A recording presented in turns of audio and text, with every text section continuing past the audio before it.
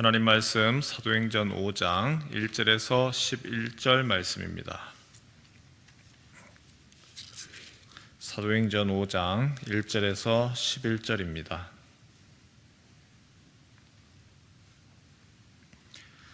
아나니아라 하는 사람이 그의 아내 삽비라와 더불어 소유를 팔아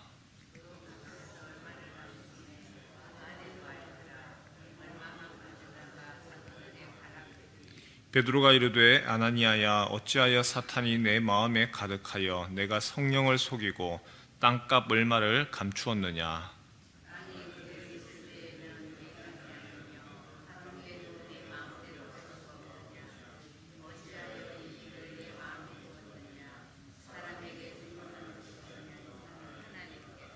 아나니아가 이 말을 듣고 엎드러져 혼이 떠나니 이 일을 듣는 사람이 다 크게 두려워하더라.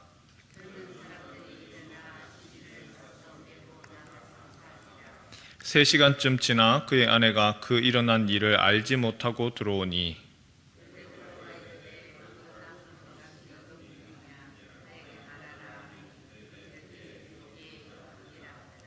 베드로가 이르되 너희가 어찌 함께 꾀하여 주의 영을 시험하려 하느냐. 보라, 내 남편을 장사하려 하고 오는 사람들의 발이 문 앞에 이르렀으니 또 너를 메어 내가리라 하니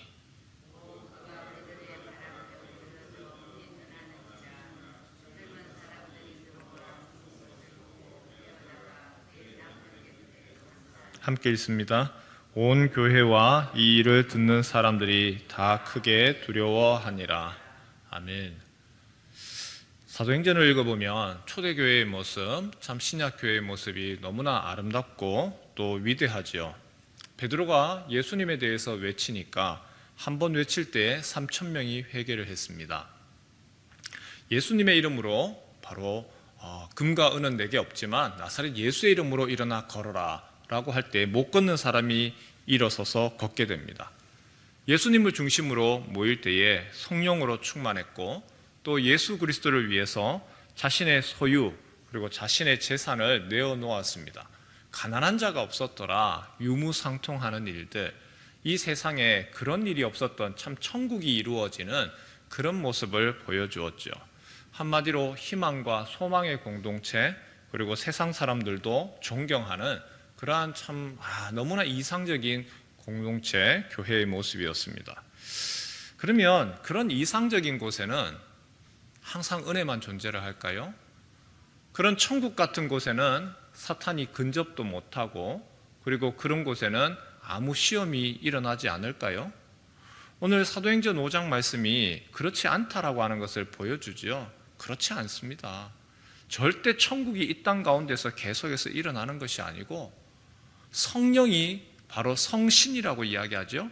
성신의 역사가 있으면 있을수록 악신, 바로 악신의 영향도 점점 커져간다라고 하는 것을 보여줍니다. 성령의 감동으로 자신의 땅과 밭을 팔아서 선행을 행하는 사람들이 나왔죠. 우리 성도님들께서도 은혜를 받고 참 하나님이 나와 함께 하신다, 하나님의 은혜를 너무 감사하면 제일 먼저 나오는 반응이 뭡니까? 하나님 앞에 감사하고 싶은 겁니다.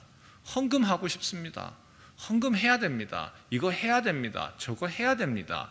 그래서 하는 것이 아니고 감사, 너무 기쁜 마음이 있으면 하고 싶은 마음이 우러져 나옵니다. 연애를 하다 보면 연애 초기에 서로에 대해서 서로 알아가고 그리고 이제 사랑하는 마음이 생기면 뭐라도 해주고 싶죠. 조그만 선물이라도 자꾸 하고 싶은 것이, 그것이 사람의 마음입니다. 하나님의 은혜가 충만하고 정말 천국과 같은 교회가 이루어지면서 너도 나도 하나님 앞에서의 그 사랑, 내가 하나님 표현하고 싶습니다. 그래서 자신의 땅과 자신의 재산을 바치고 하나님 앞에 헌금하는 사람들이 있었습니다. 자연스럽게 하나님 앞에 한 행동이지만 그 모습을 사람들은 어떻게 하죠? 사람들은 보잖아요. 사람들이 보면 자연스럽게 칭찬을 하죠. 잘한다, 인정을 받습니다. 그러면 그 모습에 대해서 또 조심해야 되는 면이 있지요. 그런데 반대적으로 그렇게 헌금을 하여서 인정받고 칭찬받고 존경받는 면이 있지만 또 다른 사람, 시기하는 사람이 있습니다. 나도 저러고 받고 싶은데, 나도 인정받고 싶은데 그게 사람의 마음이죠. 사탄이요, 그 마음을 헤집고 들어갑니다. 하나님 앞에서 귀한 것을 드리고 그리고 인정받는 그 사람의 모습을 보면서 반대로 받지 못하는 그 사람의 마음을 헤집고 들어가죠. 아나니아와 삽비라가 그랬죠. 먼저는 자신이 바나바와 많은 성도들이 그랬던 것처럼 내 재산을 그렇게 가난한 사람들 위해서 내가 팔아서 하겠습니다, 공개적으로 선언을 했을 겁니다. 그리고 교인들로부터 그렇게 했을 때 칭찬을 받죠. 인정을 받죠. 야, 정말 대단하다, 우리로 이야기하면 믿음 좋다, 그 얘기 들었지 않겠습니까? 그런데 막상 팔고 나니 아까운 거죠. 막상 그렇게 하려고 하니까 아쉽습니다. 남편 아나니아가 판 값의 얼마를 따로 떼어 놓았습니다. 그리고 아내가 그거 모르지 않습니다. 다 알고 있어요. 아나니아가 판 값의 일부만 사도들의 발 앞에 내어놓으면서 당당하게 말합니다. 나도 공동체를 위해서 땅을 판 값 전부를 드립니다. 놀랍게도 베드로가 이 사실에 대해서 그들 부부만의 이야기고 그들 부부만의 아주 계획이었는데 알고 있습니다. 그들의 위선, 기만 다 알죠. 3절에 보니까 베드로가 이르되 아나니아야, 어찌하여 사탄이 내 마음에 가득하여 내가 성령을 속이고 땅값 얼마를 감추었느냐. 아나니아의 행동이 베드로가 뭐라고 얘기하죠? 너는 성령을 속인 거다, 성신을 속인 것이고 네가 악신에게 넘어간 거다, 사탄이 내 마음에 가득하다. 베드로가 이때 사용했던 독특한 단어를 사도행전의 기록자인 누가가 뭐라고 얘기했느냐면, 내가 그것을 감추었다, 내 땅값 얼마를 감추었다. 이 감추었다라고 하는 단어가 헬라어로는 바로 노스피조마이, 직역하면 횡령하다, 훔치다, 이런 단어입니다. 근데 이 훔치다, 그 다음에 횡령하다, 이 노스피조마이라고 하는 단어가 구약 성경을 보면, 구약 성경은 히브리어로 기록을 했죠. 그런데 이 히브리어로 기록한 것을 헬라어로 바꾸었습니다. 그걸 70인역이라고 합니다. 그 70인역에서 번역을 하는 과정에 그 많은 39권을 번역을 할 때에 노스피조마이라고 하는 단어가 딱 한 번 들어갑니다. 구약 성경에서. 언제 들어가느냐? 아간의 범죄입니다.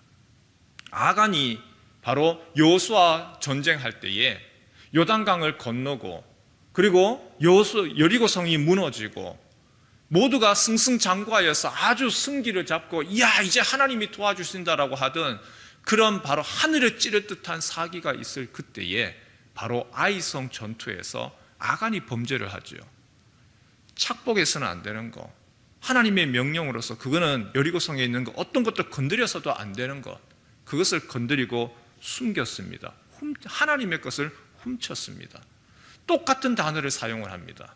지금 사도행전에서의 이 사건은 단순한 사건이 아니고 1장 함께 모여서 제자를 뽑고 사도행전 1장에서 2장에서는 성령이 충만했습니다. 자신의 것을 내놓기 시작했습니다. 3장에서는 병든 자, 걷지 못하는 사람을 일으켰습니다. 4장에서 예수의 이름이 계속해서 증거되고 우리가 예수의 이름만을 증거하겠습니다. 예수 승기를 향하여서 마치 구약에서의 그 여호수아와 전쟁터처럼 계속해서 승리하고 있는데 마치 아간의 범죄처럼 딱 성신을 속이고 악신이 들어오는 사건 똑같더라는 것이죠. 이걸 지금 보여주고 있습니다.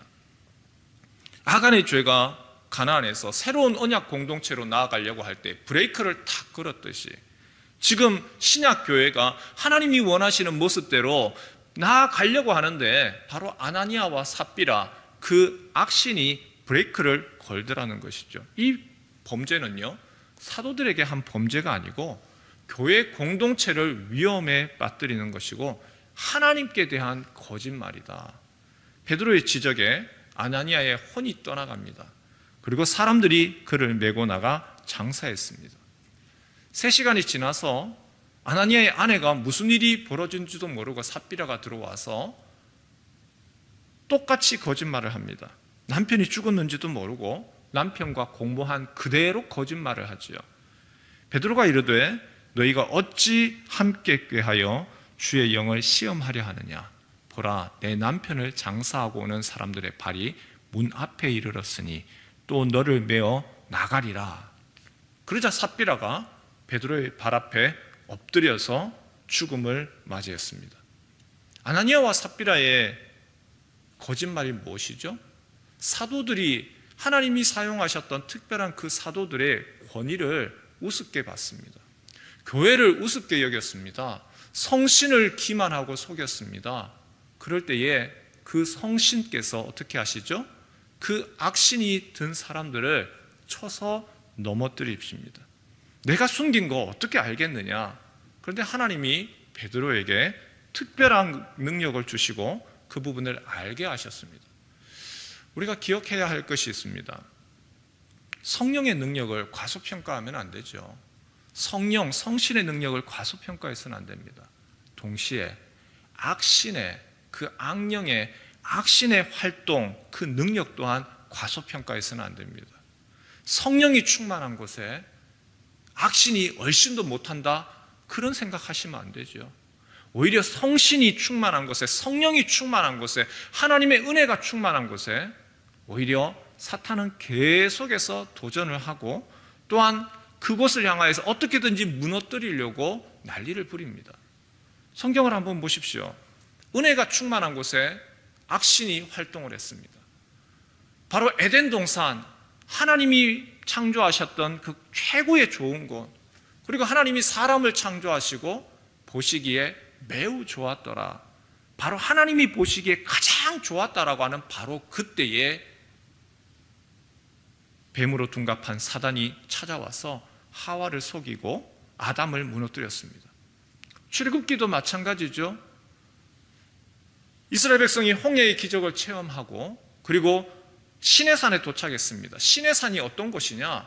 불과 천둥 벼락만이 아니고 하나님이 직접 나타나셔서 하나님이 모세에게만 얘기하신 것이 아니라 이스라엘 백성들이 직접 말씀하셨습니다.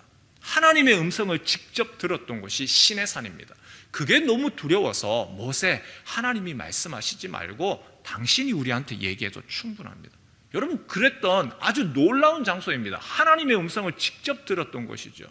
그런데 그곳에서 무슨 일이 벌어지죠? 그렇게 놀라운 하나님의 역사가 일어났던 곳이지만 모세가 보이지 않으니까 금세 금신상, 금송아지를 만들어서 하나님의 진노를 불러 일으켰습니다.